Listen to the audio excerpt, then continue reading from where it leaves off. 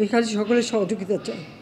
আর এইভাবে মায়ের কোল খালি হোক এটা আমি চাই না, কারণ আমি তো বাবা মা সব হারিয়েছি। আমি তো জানি হারাবার ব্যথা কত কষ্ট, কিন্তু সেই কষ্ট বুকে নিয়ে তো ফিরে আসতে এদেশের মানুষের জন্য।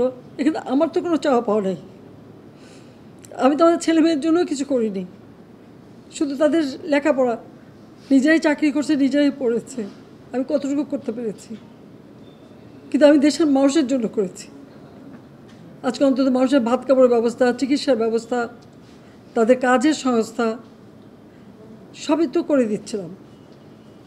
যখন আমরা এক উন্নয়নশীল দেশের মর্যাদা পেলাম, তখনই এই তাণ্ডব করে ঠিক যে জায়গাগুলি মানুষের সেবা করবে সেই জায়গাগুলিতেই আঘাত। শিক্ষা প্রতিষ্ঠানে হল ভেঙে দেওয়া।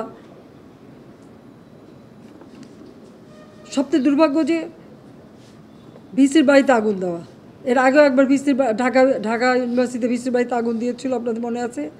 রংপুরে সেখানে আগুন দিয়েছে। ময়মনসিংহ কৃষি বিশ্ববিদ্যালয় থেকে শুরু করে বিভিন্ন জায়গায় এই তাণ্ডব চালিয়েছে। রাজশাহীতে এই তাণ্ডব চালিয়েছে। বিশ্ববিদ্যালয়গুলিতে সেশন জট ছিল। আমি সরকার আসার পর থেকে কোনো সেশন জট নাই। লেখাপড়ার মান উন্নত করা, যাতে এখান থেকে পড়ে আবার বিদেশেও পড়তে হবে, সেই ব্যবস্থাও করে দিয়েছি। কিন্তু তারপরেও কোটা সংস্কার আন্দোলন, কোটা তো আমি বাতিলই করে দিয়েছি। দেশবাসীর কাছে আমি বিচার চাই। কি অপরাধটা কি করেছি যে এইভাবে, যেখানে আমি মানুষের ভাগ্য পরিবর্তনের কাজ করে যাচ্ছি, মানুষের জীবন মান উন্নয়ন করেছি। আজকে বাংলাদেশ সেই 2008-এর বাংলাদেশ আর 2024-এর বাংলাদেশ তো এক না। বাংলাদেশের মানুষের জীবন মান তো উন্নত হয়েছে। আমাদের অর্থনীতি আজকে কত কত উপরে উঠে গিয়েছিল, এবং এটা মনে হলো যে এটা আর কিছুই না। এটা আমাদের অর্থনীতিকে সম্পূর্ণ পঙ্গু করে দিয়ে বাংলাদেশকে আবার ভিক্ষুকের জাতি করে দেওয়া। এটাই বোধহয় এদের পিছনে ষড়যন্ত্র। সেটাই হচ্ছে সবথেকে দুঃখজনক, যে দিন রাত অক্লান্ত পরিশ্রম করে বাংলাদেশটাকে যখন একটা জায়গায় নিয়ে আসলাম, আজকে সেখানে দেখি এই একদিকে জ্বালাও পোড়া সব কিছু।